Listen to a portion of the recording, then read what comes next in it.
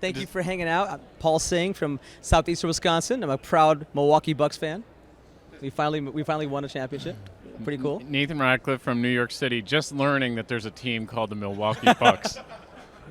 Fear the deer. That's all I can say. Fear the deer. So no, but thanks for hanging out, everybody. It's gonna be a lot of fun. Nate and I are gonna keep it really interactive, kind of low key, and talk about ECP. I think we talk about ECP now as if it's a new procedure, kind of resurgence, but it's been around for a long time. And I think it's kind of the first MIGS procedures that we've had in a. I mean, really, if you think about it, it was my first MIGS procedure. Right before the iStent became available. I never really got into trabectome, even though it was around while I was doing fellowship.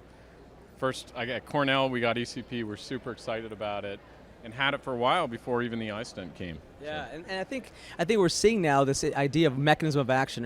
Right now we've had a lot of products helping outflow, but now we have something, and we've had something for a long time, to decrease inflow. And I think there's a little misperception on kind of safety and outcomes. And so we'll talk about that in your experience, Nate, as well. Let's see if this works. No, we'll do this way here.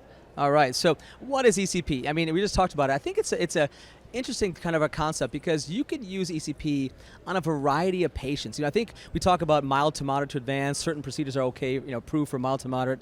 But tell us, Nate, you've done this on a number of patients from mild to advanced even, right? Yep. So for me, an endocyclic photocoagulation can span the treatment from just a primary intervention, usually in a pseudofake if you're going to avoid it with cataract surgery, all the way to the most severe glaucoma patient you could imagine, who's had other procedures and really where there's nothing left to treat but the ciliary body. It is, the features that make it really special are, has no impact on refractive outcome. That's been shown, doesn't affect IOL calculations. It's totally titratable. It's titratable in terms of how many degrees you treat. You can go 360, you can do ECP plus where you actually laser, from the pars plana, you can go aggressive with the laser, you can go light with the laser. And I would say in my career, I've done it all. Everything from 20/20 eyes that are getting, a premium IOL, and I just want the pressure reduction, to the most severe glaucoma cases you can imagine. And that's the key. I think there's been a misperception of safety. I think this is a procedure because it doesn't affect refractive outcomes. We don't get heme like we see with some of the other kind of outflow procedures that we find. And this is complementary to a lot of what we do already in MIGS. So whether it's a standalone in an advanced patient or a mild to moderate with a combination of a stent or some other surgery like you do a lot of as well, you have flexibility and versatility as well. And what's really kind of cool, I geek out. I'm a big fan of eye candy. I love eye candy. So if I see a cool video, it's cool. And I think just being in surgery, to be able to visualize so clearly where the ciliary processes are, and actually I've used the endoscope to just look around and be like, oh, that's kind of neat. Just to view other parts of the eye that we can't sometimes see with our natural scopes. I don't know if you've done that, but I think it's great to see that. So a couple of comments there. It's probably, a good portion of its value is that visualization. And for example, if you're placing a sulcus intraocular lens, the ability to actually inspect a haptic and know it is in the sulcus, it is in front of the zonules, I cannot tell you how many times I've seen everything from my own sulcus lenses, and now I'm doing the ECP, and I say, whoops, that haptic's a little more posterior. Why don't I just go ahead and reposition that? 2 years later, after maybe one of my colleagues did surgery, taking a look at their outcome and realizing, oh, there's actually a little lens that was left behind here. There's some vitreous up here, a lot of things. So it can make you a better surgeon. One of the things it taught me looking at other cases where I was not doing the cataract, but I got to look at the cataract surgery later, is that perfect cataract surgery is an inflection point for glaucoma patients. If it's an in-the-bag IOL, things tend to get better for the patient. If it's complicated, if there's vitreous, if you have UGH syndrome where the haptic is rubbing against the iris, that's a negative inflection point for the patient. And ECP taught me all that, but it gives you the chance to inspect, to repair things. And as you'll see, I think you can do fun stuff with ECP, like place stents and things like that. Absolutely, and just to remind everybody, it's kind of involves illumination, visualization, and a diode laser to help kind of treat the processes. So we'll talk more about the actual procedure itself in a few minutes, but I just want to talk real quick about the perception. I mean, Nate, you've been talking about ECP forever, right? Yep.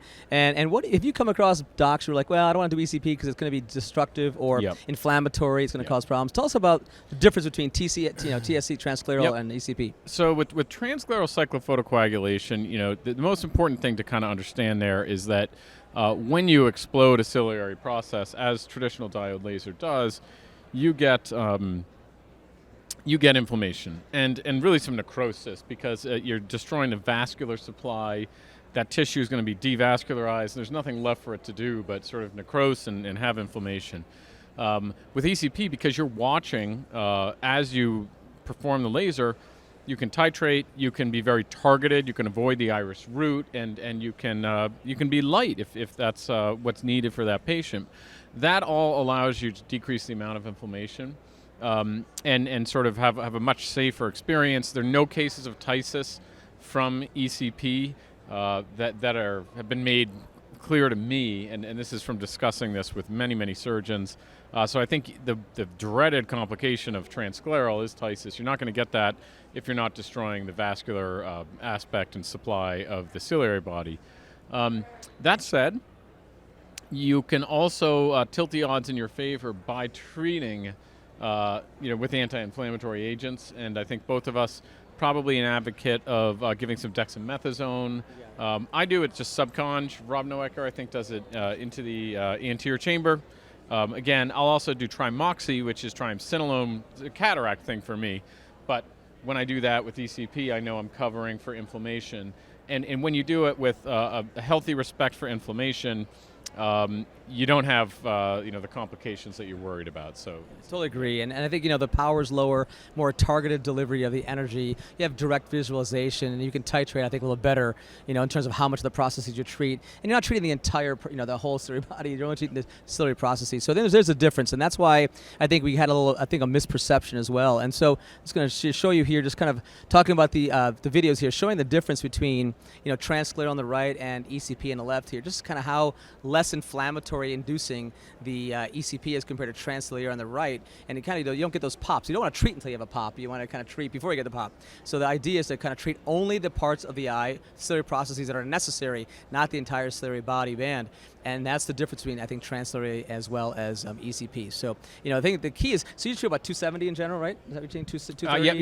Yep. I sort of get what I can get, and I'm pretty comfortable that I'm getting a good effect from that. I have made a second incision in an eye I wanted to treat 360 and gone, from the nasal side to get the rest of it. But really, I'm pretty happy with the pressure reduction that I've gotten with 270, and so most of the time I just go for that.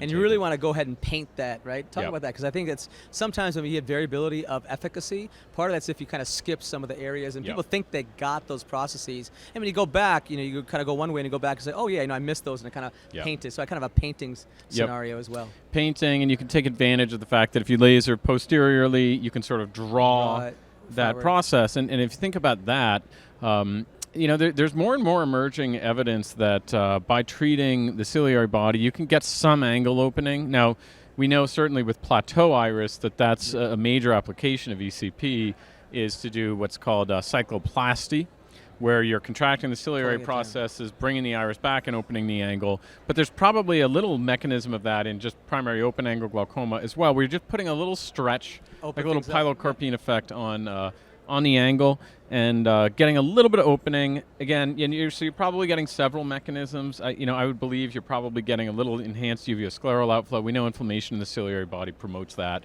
You're getting aqueous suppression by reducing the number of epithelial cells that are going to produce aqueous. And then maybe you get some angle opening as well. So. Yeah, no, I totally agree. And just as a slide here just talking about some of the studies that have been done looking at the histopathology, what's happening when we actually perform ECP. And in the conclusion of the study here that was done by Brian Francis and others really showed us that it's really less invasive, less tissue destructive than transscleral. So I think the bottom line is this is a viable option for a lot of our patients who are mild to moderate, having a cataract done, or even as a standalone, let's say mild to moderate, or all the way to advanced disease. I think having that consistency kind of along a variety of patient population, I think is a really big advantage as well. So, just kind of talk about the patients here that you do. You combine with phaco. Do you do, what percentage of your patients are phaco combos, or are they in standalone? And can you describe them? Sure. So there are different ways to use the laser. I think nationally, it's very common to combine ECP with cataract surgery because, again, it fits with that sort of excellent outcome that we're looking for with cataracts. And it's we know that patients are tough to get to the OR. And if you're taking the cataract out, you've already got them there. You have this opportunity to address glaucoma. ECP is very available for ASCs. And I talk to surgeons all the time. I'm not going to adopt that. My ASC is on my back about the cost, and we're really struggling. It's COVID, tough year. We can't be buying these implants and then not getting paid. All these stresses. And ECP is a great model for the ASC and the hospital because it's this one capital purchase and then a reasonable model going forward. So it's done commonly with phaco. That said, I use it in a lot of what you might call oddball situations where I'm trimming a tube and I look at the patient, I say, gosh, you're on 3 drops and your pressure is 19, you have moderate to advanced glaucoma. I'm going to do some endocyclophotocoagulation and trim your tube at the same time. Same thing with, I very commonly get patients who present to me, even requesting, we've got Sight Science over there, I would like the Omni procedure as a standalone. No problem. You're on 4 drops, your pressure's 25. We're doing ECP with that Omni. And of course, you may know, I was an ECP surgeon. The iStent came out. My first iStent was the ICE procedure, iStent cataract endocyclophotocoagulation. And that began sort of, I think a nice little paradigm of combo MIGS. I'm sort of known as a poster boy or the bad boy of combo MIGS, depending on which symposium I'm in and who's attacking me. But I'm a fan of it, and it makes sense to do decrease aqueous production and outflow. I mean, dual mechanisms. Combigan, is one of the most popular glaucoma medications, and it has Alphagan, has some outflow, and you've got the beta blocker reducing aqueous. So we do it medically. Makes sense to do it surgically. And what's great about MIGS is there's all these different trabecular procedures, but really one classic way to reduce aqueous production in an efficient and safe manner, and that's ECP. Yeah, you brought up a good point. Now, we use aqueous suppressants in glaucoma drops, but yet when it comes to surgery, I think people get a little fearful of, oh my God, I don't want to decrease the fluid in the eye. It's going to be a problem. And we don't see flat chambers or hypotony or ptysis with this kind of a procedure. It's really hard to completely shut down the aqueous production of a surgery body. Even if you do 270, you go almost 300 degrees, it's really hard to do that. I don't know if you've ever seen that. I mean, it's hard. I've definitely never seen it. I always kind of laugh because, typically if I'm in one of these debates, someone will say, like, why are you depriving the eye of this, like, healthy, nutritious aqueous humor? And I'm like, okay, let's not overplay. There's lots of eyes that could do with less aqueous humor. Oh, no. Plenty of eyes have overeaten aqueous humor, and that really is what glaucoma, it's an imbalance between the production and the egress of aqueous humor, so. No, it's good stuff. So I think, I'm a big fan. We'll talk more at the end of the slide deck. We'll talk about combo within your ICE procedure and some of the data on that as well. I'm a big fan of combining MIGS. I think this is another, I guess one of the first combo MIGS we had. But let's talk about some of the surgical techniques, some of the pearls for those out there who are thinking about using this procedure and this product as well. And some of the pearls that we can use to help more of an efficient procedure as well. So I think the key is, I'm a huge heads-up fan. I mean, I had neck surgery done a few years back, so I do 3D heads-up display. And this is one of the first heads-up actually procedures that we had. A nice monitor, you can look up and you can see everything you're doing. And so to me, I love that part of it as well. I think so you have a nice a video monitor as well. And I think that we definitely got to make sure we understand our lens status. To me, pseudophakic status is nice because you can go through the anterior chamber and go underneath and see the sulcus. But let me ask you, are you doing most of your cases that way? Or are you doing pars plana at all? Do you ever do a pars plana approach? I do most from the anterior segment. But I know Brian Francis, for example, is a big fan of the so-called ECP Plus, where he's going pars plana. And I inflate, generously the sulcus. And then you remember, you just put a lot of, viscoelastic in the sulcus. You want to separate. Don't forget to take it out. And I think if you ever hear complaints about pressure spikes after, it's usually a newer surgeon who maybe didn't realize how much viscoelastic they put in the sulcus. But I think it's important to inflate the sulcus. Absolutely. A lot of times you find doctors saying, "I really can't see the ciliary processes very well," and that's because they were not as generous with the amount of viscoelastic that they inflate. And so I always tell docs, don't be afraid. Go ahead and push that thing. You're not going to hurt anything. Keep pushing it. And then at the end, though, you're right. You got to make sure you're aggressively removing it with your INA as well. So let's take a look and see here. We'll talk about the combined phaco here. There's the cannulas or the actual probes. Let's take a look at that. Do you use the curve probe, I assume? Yeah. Curve. Yeah, use a curve probe. Allows you to sweep across and see. There's a nice little ring there we got to keep the pupil nice and dilated there absolutely. as well. So tell me about your surgical technique with phaco. And let me see, here we go. And how do you practice it? Do you recommend at the time of cataract surgery, just before you even start doing cases, just look around and get used to the probe and kind of get a visualization technique going? Look around and then recognize that this is one of those procedures where you have a partner, and that's whoever's working the scope in your room, and communicate with them, go over the knobs. Hey, if I ask you to make it brighter, this is the illumination. This is the all the different. All the different settings, so that when you're in there, you can say, please rotate, please focus, please increase illumination, and just be, speaking. So I think that's probably 90% of it. Once you're in the eye, it's amazingly intuitive. It's a good idea, especially at the beginning, even though it is heads up, to keep referencing your microscope view and the ECP view until you really have that kind of figured out. And it's like tying shoelaces, where you wake up one day and it's just all natural. I get my visualization, get my landmarks, start lasering, and I'm always impressed with that curved probe how much I can get. And every time I think, well, this is probably my last process, I move a little to the side, angle a little bit more, and get a few more processes, and it's always gratifying.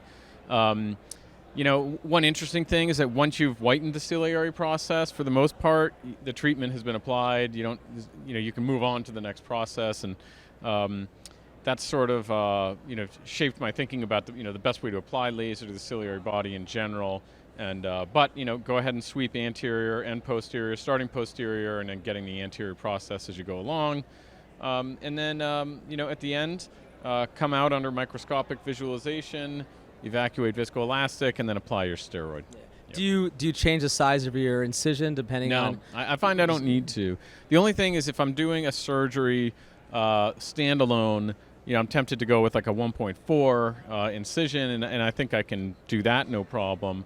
I might do an internal flare on the incision to get a little better angulation, but you can do this through reasonably small incisions. Yep. Yeah, I mean, again, just for those of you who are thinking about doing it, I think it's muscle memory, right? It's not a very difficult procedure, but you just got to get comfortable. Your brain and your eyes are what they're used to seeing. If you're not used to seeing this kind of a view and understanding how to manipulate the probe and seeing where you're at, after a few cases, I think it's a pretty straightforward learning curve. And, and as you're right, it's intuitive. When you see where you are and you have context, you kind of say, okay, now I know where I am, now I know where I'm going. And it's just a matter of just making sure you're diligent about kind of getting those processes as well. So I think that's a very good point. And just so practice, when you're doing your phaco, after the phaco's done, you get lenses in the eye, just start looking around for the first few cases before you start treating patients as well. And the idea of the wound size, just if it's too small of a wound, you do get some corneal torque, you get the corneal deforms as well. I was probably meant to say 1.8 and 1.4. I'm a 1.5 surgeon for cataract, so I'm with you, man, as well. So, so the viscoelastic, you're using a cohesive, I assume, to fill up the bag and fill up the sulcus. Provisc, and again, with a lot of MIGS, I can't use Provisc because it's too watery and comes out of the eye too easily. But with ECP, I get great chamber stability, and Provisc works just fine. And part of the reason is that the probe fits nicely in the eye. There's no pressure on the cornea with a gonio lens where you're burping viscoelastic out. And I keep the sulcus nice and deep for the duration of the procedure with a very safe and inexpensive viscoelastic like Provisc. No, it's a good point. I mean, I think using a cohesive viscoelastic is important, easier to take out, of course, to prevent a pressure spike. But I think also the wound size, right? I think what's nice about the probe is that the probe, like you made a good point, a lot of these stents that we do and other kind of procedures are smaller probes, so you have more chance of viscoelastic burping out of the wound, and you have your gonio prism on the cornea where you're heavy-handed that can kind of push things out. This kind of probe fits in the wound really nicely. It's kind of snug enough where you don't get a lot of egress, and so your chamber does remain pretty well formed as well. So I think think it's just the key is use a cohesive viscoelastic, not a dispersive, that prevents pressure spikes as well. In terms of anesthesia, what are your thoughts on that? I mean, do you do topical everybody, or do you do retrobulbars? What are you doing, peribulbar? So I'm blessed. I think in my operating room, I have the single most experienced anesthesiologist for retrobulbar blocks. He has done 60,000 blocks. Holy cow. He's getting close to retirement age, and he's been blocking 6,000 people a year for his whole career. So I go ahead and let him block, and it's an amazing experience. No patient movement, 100% patient comfort. I can tell my patients they have nothing to worry about in the operating room.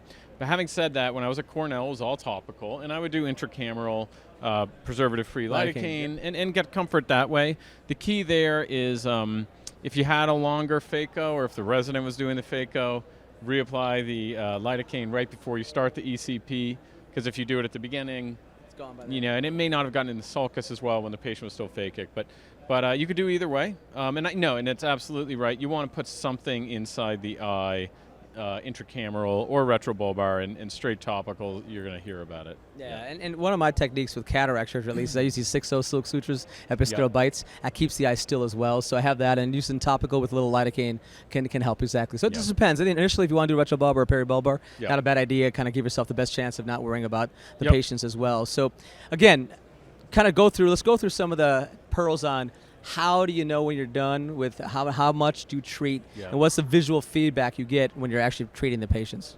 Yeah, so you can see it here in the video. You're whitening the processes as you go along. Sometimes they're a little gray. If you have exfoliation syndrome, they're even more gray because the exfoliation materials on the processes. You just exactly what you're seeing here. I shy away from the iris root. That's one of my main goals. I think that's where you get inflammation. And I go a little bit more back to front.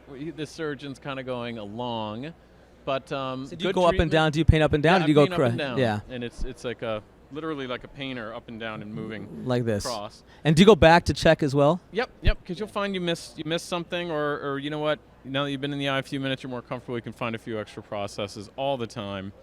You'd be amazed how many you miss, actually. It's like you think you got them up, you're going up and down, paint the entire process, then you go back, you're like, oh, I just missed that whole area. Because when they shrink, it exposes another area that you're like, I didn't see that before. Let's go back and do it again. So yeah, absolutely. Yep, absolutely. You're drawing sort of the processes posteriorly, and then you can see more. And so oftentimes the last thing I'll do is just one final row closer to the iris root that wasn't really visible from the angle I was at, because I started with the posterior processes and then worked my way anteriorly. Yeah. Totally agree. And so I think this is the variability. When people say, I don't know if it works or not, it really does work. But if you got to make sure you're diligent about painting the entire process, getting that white shrinking of the tissue as well. The other thing about it working, too, is that it'll work in patients where maybe you were taught it wouldn't necessarily. So back before, again, we had stents, I had an exfoliation patient. And, in exfoliation syndrome, the trabecular meshwork is clogged with pigment. Pigment exfoliation material, it's an outflow disease. And then there I was, just happy as could be with a patient on no drops and a great pressure after phaco ECP where I addressed inflow. So, it's nice to think about mechanism. We geek out on it all the time, but sometimes things just work. And maybe you might have thought, it wouldn't have been the best patient for the procedure. It was the right treatment for her. We stress out about, like, preoperatively, right? We're doing our exam and our pre-op. We're looking at our gonio. I don't have any idea where the resistance to outflow is. I mean, we're talking about combo this, combo that. The problem is we don't know. But here with ECP, you're decreasing inflow. It's not like there's multiple levels, which is what. Real quick, though, before we end here, we got a couple more things we want to talk about. Is the post-operative inflammation control. What do you do? I know you have your little cheat sheet here of what you use. So talk about how you manage inflammation and after surgery. Well, so I'm, let's see if they have my, Here we go. Okay. Read it for us. So they have my Trimoxy here, which is got great. It all covered for you, and the Dexicue. Yeah, man. That's great. Dexicue, we should talk about that. It's kind of cool. So, I love it. I don't know when did I put that in there? Paula. Okay, thank you. Yeah. Yo, good job, Paula. So thanks. Like, wait a minute, that's what I actually do. So I Go figure. I do two types of treatments, and I'm like committed to drop-free therapy. I want all my glaucoma patients off drops. That's impossible to achieve, but I strive for it every day. I want all my post-op cataract patients off drops. That is achievable in 2021, and it's achievable two ways. One is through off-label intravitreal Trimoxy from Imprimis, which has triamcinolone and moxifloxacin. Those patients are drop-free. I don't use an NSAID. I find I do very well with Trimoxy. I do a little bit in the vitreous, and then I put the rest of it subtenons. That combination allows me to stay drop-free. I have very little breakthrough. It's not 1%. It's less than 1% breakthrough with my Trimoxy technique. And then DexiQ from iPoint is a really neat product. It's again, it lasts about a month, sort of globule of dexamethasone. Dr. Singh has used it too. I'll ask his thoughts. And I put that in the anterior chamber, and frankly, when you've done ECP, leaving DexiQ right where you just did the laser is great, but it can also be applied in the vitreous. That is off-label, but wow, the outcomes from that therapy have been fantastic as well. So that when I do it that way, I don't need to do anything else post-operatively, and they do well. If I take myself back 5 years to when I wasn't all drop-free, I would do PRED and NSAID, particularly for ECP, again, just to give yourself that sort of bulletproof CME coverage, and topical antibiotic. Usually, if you give the one rule about inflammation with this type of laser, if you're on top of the laser, you give your DexiQ in the OR, you can do a standard cataract taper. If you didn't give the dexamethasone in the OR, you'd be chasing after inflammation, and you might end up needing hourly PRED or something. So just get ahead of it. This type of inflammation, if it's under control day one, you've won the battle. That's all. Yeah, I mean, that's the key to inflammatory control, right? It's attacking it at the time and at the site. If you can attack it before the cascade fully matures of that inflammatory cascade, you have a much better chance of halting it. Once it's happened, it takes a lot more to chase it down, like you were saying as well. The only difference between me and Nate in general, we're pretty much the same person like we talked about earlier, but the only difference is I do still use a topical NSAID when I use DexiQ, so anyway, it's all good, but I think I still use an NSAID as well. So the water's warm. Come exactly, it's always good, man, as well. So here's a couple tips as well. I'm going to focus on this, and we have one more thing I'm going to talk about, which is the combined eye stent and everything as well. But there's some of the key factors. You want to maintain. These are general rules to help you, especially if you're starting out, for a successful treatment plan as well. You want the good space. Don't be afraid, like I said. Get that space as big as you can under the iris. Really give yourself a chance to really have enough room to work in with the probe as well. And treat the entire ciliary process. And that's where the biggest mistakes I made early on was just not being aggressive enough to really go into the whole processes. I kind of just at the tips. That's not enough to really decrease the outflow or the inflow as well. And then, you don't want to go crazy and having these pops. You see some people go crazy and holding it there for a while, and it's like, go tick. Yep. And that pop can cause inflammation as well. Definitely. And to your point, make sure you remove the viscoelastic, because you can get pressure spikes if you leave that viscoelastic in the eye as well. So with the last few minutes we have here, I want to talk about this idea of combining MIGS. You and I have been such a big fan of combination MIGS as well. I mean, do you really feel there's a benefit to combining inflow and outflow? Yeah, yep. I think there's synergy there. And again, I think you're also like hedging bets against where the pathology is, and so you're just getting extra coverage, and who doesn't want that in a disease that's irreversible and blinding? So. So I mean, I think let's talk about that. So when you do this, you're doing the stent first, I assume, after cataract's done, put the eye stent in, or the hydrous, whatever you're doing, or viscodilation, and then you go underneath and do the ECP? Yep. I've done it. I've done the order either way, but I find the stent or angle part first because it's interesting. But if you blow up the sulcus, there's like almost a little memory in the eye, and the iris kind of keeps coming forward. As you know, sometimes I'll put the stent in under endoscopic visualization. That's just a fun way to do it. Eye candy. Eye candy.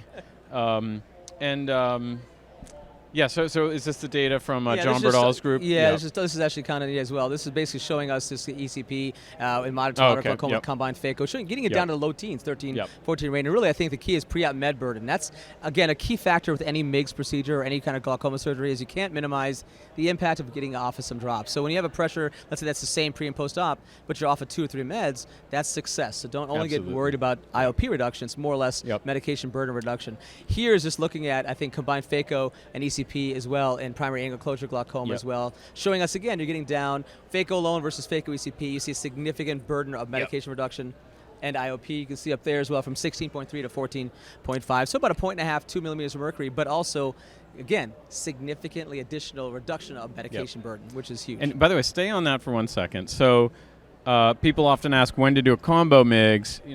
3.3 drops, 3.1 drops, great time to do a combination, right? And Yeah, that's a big thing for me. People say, how do you decide when to combine? My thought is, what is the resistance in the eye? Where is the resistance severity? And a surrogate for resistance severity is number of meds. If someone's on 3 meds, even if they have pre-parametric early glaucoma, if they're on 3 meds, pressure of 22, it's a likelihood they have significant resistance in the outflow facility. And so no matter how much I am trying to open up the canal, et cetera, I think that's a good time to also decrease inflow, because there's probably a good chance just doing the conventional outflow pathway, you're going to still be on a med, most likely otherwise as well. So there's one other thing that just occurred to me this week, because our environment in glaucoma is changing. But with the ICE procedure, we now have both a bundled phaco ECP code and a bundled iStent phaco code.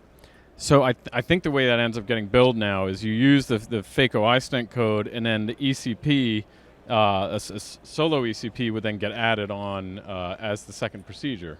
Because there's no standalone iStent code, right? No, not that I'm aware of, not yet. It's all bundled with cataract surgery. So it'd be interesting to see how that plays out from a reimbursement standpoint. Of course, we all know reimbursement's not so good right now with stenting, so we'll see. Yep. We'll see what happens there as well. But speaking of iStents and stenting in general, so this is showing us here we do cataract with iStent versus versus ICE alone, which is a combination of cataract, stenting, and ECP.